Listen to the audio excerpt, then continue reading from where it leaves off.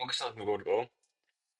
დღევანდელი ჩვენი დამატებითი ლექციის თემა იქნება Git და GitHub-ი. მივიხილავთ აი ამ ორ tools ამ ხელსაწყოს და ვისაუბროთ რა გჭირდება ისინი და როგორ გამოიყენოთ. დეველოპერები რაღაც პროექტებს რო ვაწყობთ, თუ მოგვინდა აი ამ პროექტის ან source code-ის ვინმესთვის გაზიარება, ასე უბრალოდ არ ვზიპავთ ან კოდს არ ვსკრინავთ და სხვებს არ ვიგზავნით. იმიტომ რომ წაიღოთ ძალიან დიდ დროს. რაღაც სხვა ხერხი უნდა არსებობდეს, სხვა ხერხს უნდა არსებობდეს ამ კოდის გაზიარების.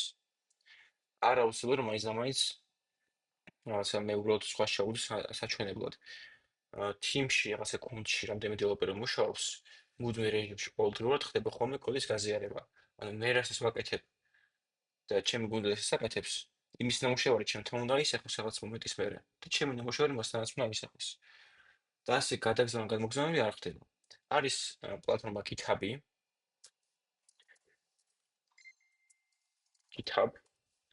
რომელიც არის ესეთი პლატფორმა დეველოპერების source code-ის ასატვირთად. ანუ წარმოიდგინეთ, პროგრამისტების Facebook-ი არა. უბრალოდ აქვტვირთავთ ჩვენს პროექტებს. ხოლო Git არის tool-ი, ან ხელსაწყო, რომელიც საშუალებას გვაძლევს, რომ პროექტის ისტორია ვაკონტროლოთ.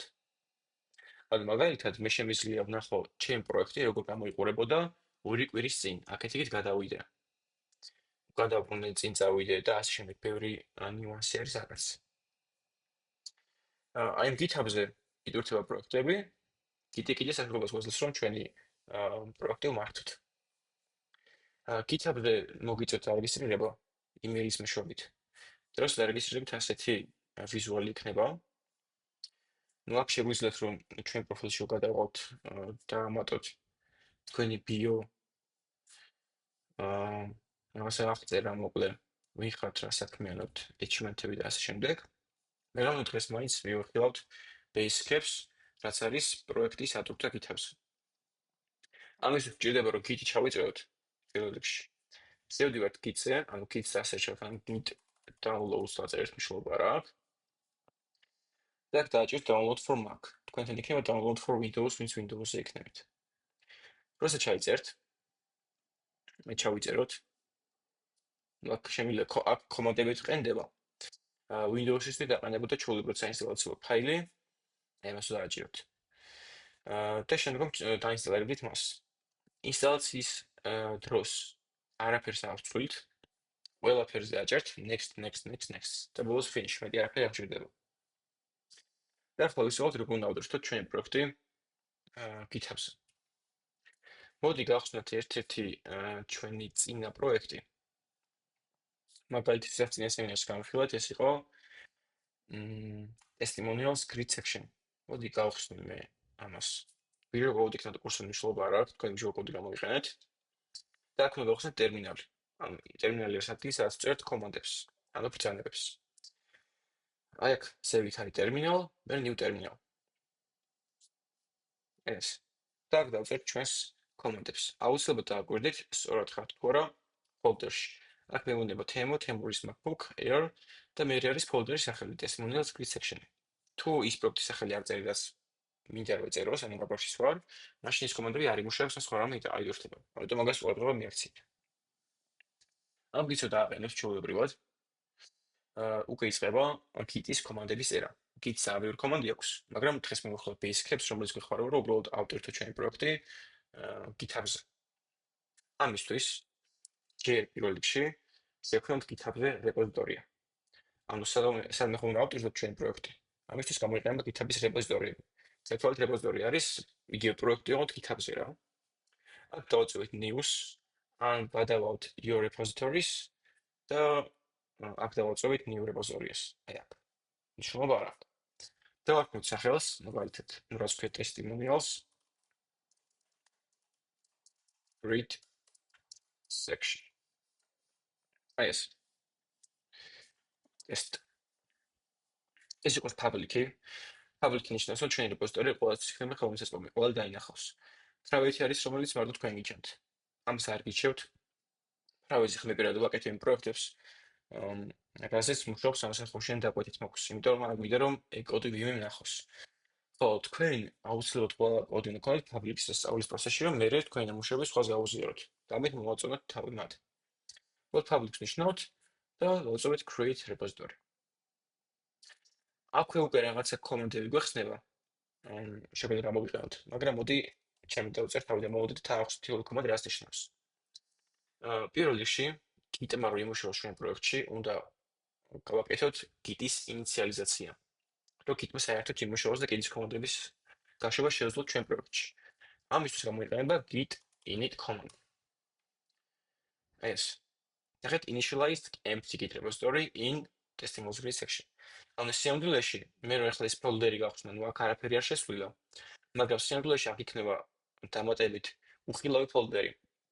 შეგიძლიათ ეგ view-დან აქ ჩართოთ რაღაც ფაილები შეხვიდეთ view და მე ჩართოთ უხილავი ფაილები და დაინახოთ git-ის ფოლდერს. და git-ის ფოლდერი ვარ ქონდეს, git-ის კომანდას ვერ გავუშვებთ. და ახლა შეგვიძლია git-ის კომანდების წერა. აქ ფერიც კი შეიცვალა. პირველ რიგში ასეთი რაღაცა flow ახსნით რა, რომ პირველ რიგში ჩვენი ფაილები და მთლიანი პროექტი რაც არის, უნდა ჩავყოთ რაღაცა ყუთში, მე ამ ყუთს უნდა დავაკრათ IRL-ში და გავაგზავნოთ GitHub-ს. მე რომ ეს ჩემი ფაილები ჩავსვა ყუთში, ვიყენებ git add commands. ანუ ვამატებ Git-ში. Git-ში ვამატებ რაღაც ფაილებს, მე გასაგზავნად მოვამზადო. და მე აქ იწერება იმ ფაილების და ფოლდერების სახელები, რაც მე დავამატებ, მაგალითად index html styles CSS და ასე შემდეგ. მაგრამ ამდენი ფაილი ვავწერ ერთიანად, აქ შემიძლია რომ წერტილი გამოვიყენო, რაც იმას ნიშნავს, რომ ყველა ფაილი და ფოლდერი დაემატება, რაც მე ამ პროექტში მაქვს. ვაწვევი enter-ს. შემდგომ ამ ყუთს უნდა დავაკრა IRL-ში. ამის გამოიყენა git commit command. Git commit-ით, ანუ უნდა დავაკომიტოთ, რაც იმას ნიშნავს, რომ ჩვენ რაც ცვლილებებიც შევიტანეთ პროექტში, ამ ცვლილებას უნდა დავარქვათ სახელი. იმიტომ რომ ამის ნახვა შეიძლება GitHub-ზე, ვიღაცა რომ შევა ჩვენს GitHub-ზე და ნახავს პროექტის კომიტებს, უნდა მიხვდეს თითოეულ კომიტში რა გავაკეთეთ და მაგას უნდა მიხვდეს კომიტის სათაურიდან, მესიჯიდან. წარმოვიდგინეთ რაღაცა რუკაზე ვაჭიკარდებთ ადგილებს და ამაზე ვადებთ რაღაცა nulls. რას პატარა ფურცელს აიგა კომიტი. უნდა აღწეროთ მოკლედ და კონკრეტულად რა გავაკეთეთ ამ კომიტის დროს. აქ მოდი უბრალოდ დავწერთ first commits. ვიდრე მთლიანი პროექტი მაქვს ყობილი. და მე გირჩევთ რომ ეს კომანდები ხშირად გამოიყენოთ და მაგას გადავალ ხოლში. შემდგომ რას ვაკეთებთ? შემდგომი კომანდები და ესენი შეგვიძლია თუ გამოვაკვიროთ აქედან, მაგრამ გიჩვენებთ რომ თქვენი წეროთ რომ უფრო შეეგუოთ და დაიმახსოვროთ ეს კომანდები რა. შემდგომ ვაკეთებ ეგეთ რაღაცას. git remote add origin. ანუ მოდი პირველად ეგეთ რაღაც გავაკეთებ. git branch -m main. ავით რა ხდება? მე ახლა ვარ master branch. ბრენჩები რა არის და როგორ არის, ნუ ამას არ ჩავშლი, იმიტომ რომ სხვა თემა არის და ეს იდეა შევადავშილებ ამ კურსის განმავლობაში, უნდა ბეისიკებს ვხსნით, რომ წარმოვიდგინეთ, ეს Git-ის ისტორია არის რაღაცა დიდი ხე, რომლის მთავარი ფესვები არის რაღაცა ბრენჩი, რაღაცა ტოტი. მთავარი ბრენჩის ქვია ჯერჯერობით master-ი, მაგრამ main-ს გადავარქვი, იმიტომ რომ GitHub-ზე იდეაში main-ი ქვია ხოლმე მთავარ ბრენჩს, მაგრამ master-ი იყო მიხა main-ია და main-ი დავარქვით. ეხლა და შეიძლება და დაიწერა main. ანუ რაღაცები გავაკეთეთ. ჩვენ გავამზადეთ რაღაცა ფაილები და ფოლდერები გასაგზავნოთ, დავაკარეთ IRL-ში, ანუ კომიტის მესიჯი და ახლა უნდა იდეაში განსაზღვროთ სად უნდა გავაგზავნოთ.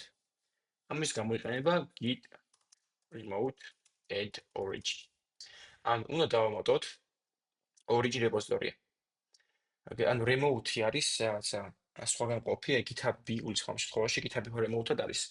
და აი აქ repository უნდა გავამზადოთ და უთხრათ რომ აი აქ უნდა გაიგზავნოს ჩვენი კოდი რა. აქ HTTPS-ს რო დავაწვევი, მოვაკოპირებ, ეს არის ჩვენი რეპოზიტორის მისამართი. Origin უბრალოდ სახელია. შეგვიძლია რაღაც სხვა სახელი დავარქვათ, თემა შემიძლია დავარქვათ, მაგრამ Origin-ს ვარქვათ ხოლმე და ჩავაფეისტებ ამას. წარმოიდგინეთ Origin-ში ინახება აი ეს დიდი მისამართი რეპოზიტორის. და ბოლოს თუ მინდა რომ გავფუშო, ანუ გავაგზავნო ჩემი ცვლილებები, ვიყენებ შენ commands git remote, git push -u origin main. Git push ნიშნავს გაფუშოს, ანუ ამ ცვლილების ქატანას GitHub-ზე. -u ნიშნავს, რომ ეს main branch ხდება upstream branch-ი, ანუ ამის მერე მარტო git push-ი დაწერა მოგვიწევს. დამახსოვრებული იქნება, რომ სულ ჩვენ გვინდა რომ გავაგზავნოთ მასალები აი ამ origin-ზე main-იდან. და გას მაგას ვეუბნებით, რომ მე მინდა origin-ზე გავაგზავნო, აწერა რომ დავამატეთ, აი ეს ამ რეპოზიტორიზე მინდა გავაგზავნო. და რა მინდა რომ გავაგზავნო? მინდა რომ გავაგზავნო main branch-ზე შენახული ცვლილებები. Enter-ს ვაწვევი.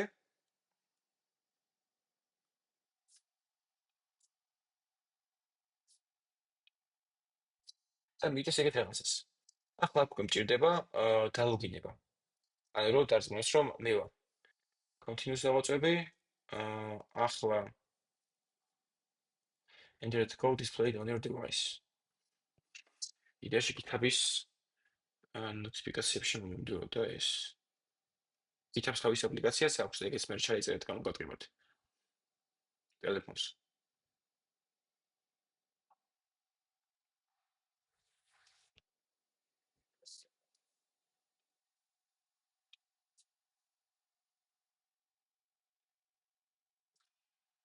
აი ეს არის კოდი.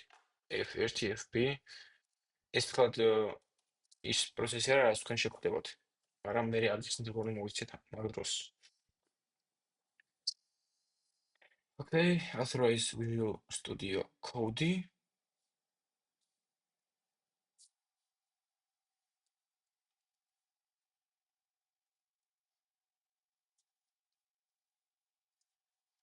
ახლა უკვე დავდასტურო ჩემს GitHub-ის აპლიკაციაში. ამის გამო თქვენ არ მოგიწევთ. კაცო და სხვა პროცესი გამო მოგიწევთ. და მაგას თქმა უნდა თქვენ შევეხები. 38 შევიყვანოთ აპლიკაციაში ტელეფონზე.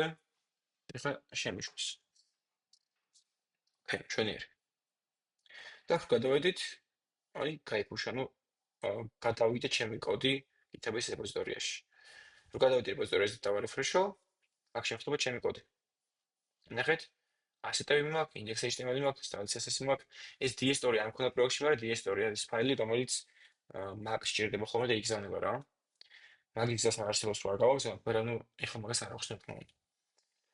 თუმცა თქვენ ასე მარტივად ვერ გავაგზავნით, იმიტომ რომ Git-ი უნდა დარწმუნოს, რომ მართლა თქვენ აკაუნტზე აგზავნოთ. ამ იდეაში მე არ უნდა შემეძლოს ჩემი კოდის გაგზავნა სხვის აკაუნტზე. უნდა დავადასტურო და ჩემი აკაუნტი თომა მაქვს და მართლა მე ვარ მისი მფლობელი. რაღაც მომენტში შეგხვდებათ რაღაცა pop-up-ი, რომ უნდა sign-in-ი გააკეთოთ GitHub-ზე, მოდ sign-in-ს დააწობით, გადახვალ ბრაუზერში და sign-in-დებით. და ასე რაღაც მომენტში უნდა უთხრათ თქვენ Git-ს თუ ვინ ხართ. და Vornix-ს ამოგიგდებთ და იმ კომანდებს ამოგიგდებთ, რაც უნდა დაწეროთ მაგას. ეგენი არის git-config მზე პირად შეიძლება და ამახსოვს, მაგრამ დაახლოებით ესეთია რა. user mail, user email და აქ თქვენ mail-ს რითიც გაიარეთ რეგისტრაცია GitHub-ზე. ანუ თემური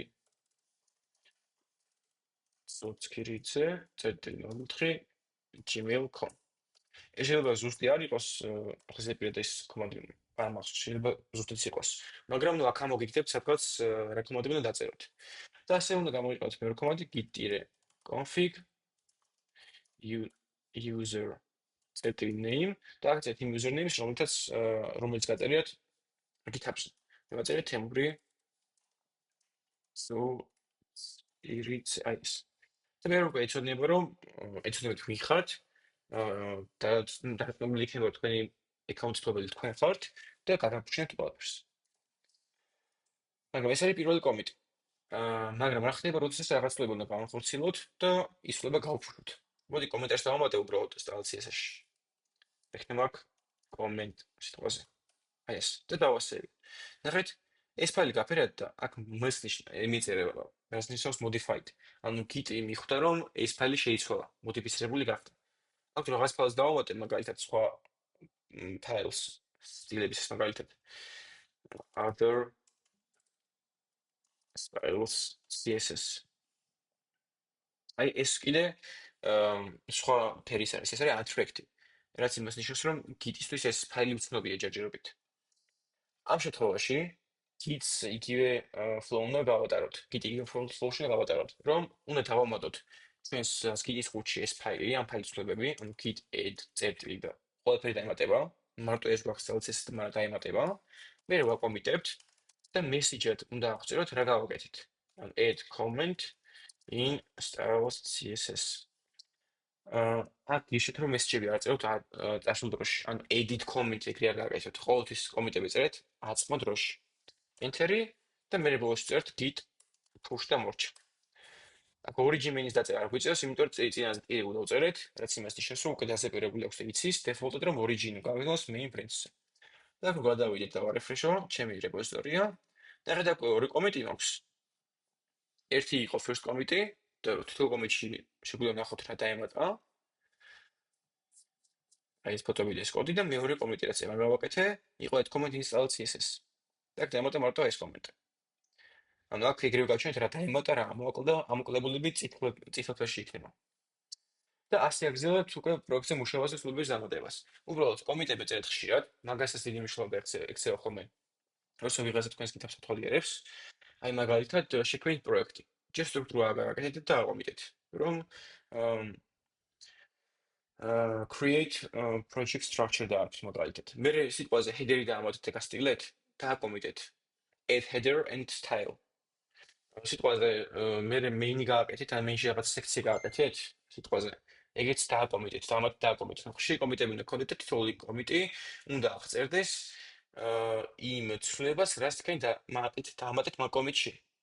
ეგ არა და